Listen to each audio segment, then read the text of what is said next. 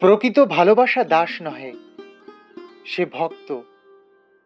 সে ভিক্ষুক নহে, সে ক্রেতা। আদর্শ প্রণয়ী প্রকৃত সৌন্দর্যকে ভালোবাসেন, মহত্বকে ভালোবাসেন। তাহার হৃদয়ের মধ্যে যে আদর্শ ভাব জাগিতেছে, তাহারই প্রতিমাকে ভালোবাসেন। প্রণয়ের পাত্র যেমনই হইউক, অন্ধভাবে তাহার চরণাশ্রয় করিয়া থাকা তাহার কর্ম নহে। তাহাকে তো ভালোবাসা বলে না, তাহাকে কর্দম বৃত্তি বলে। কর্দম একবার পা জড়াইলে আর ছাড়িতে চায় না, তা সে যাহারই পা হইউক না কেন, দেবতারই হইউক আর নরাধমেরই হইউক। প্রকৃত ভালোবাসা যোগ্য পাত্র দেখিলেই আপনাকে তাহার চরণধূলি করিয়া ফেলে।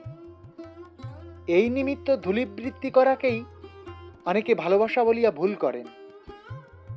তাহারা জানেন না যে দাসের সহিত ভক্তের বাহ্য আচরণে অনেক সাদৃশ্য আছে বটে, কিন্তু একটি প্রধান প্রভেদ আছে। ভক্তের দাসত্বে স্বাধীনতা আছে, ভক্তের স্বাধীন দাসত্ব। তেমনি প্রকৃত প্রণয় স্বাধীন প্রণয়।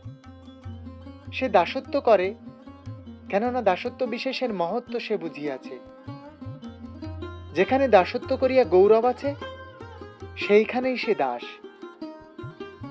যেখানে হীনতা স্বীকার করাই মর্যাদা, সেইখানেই সে হীন।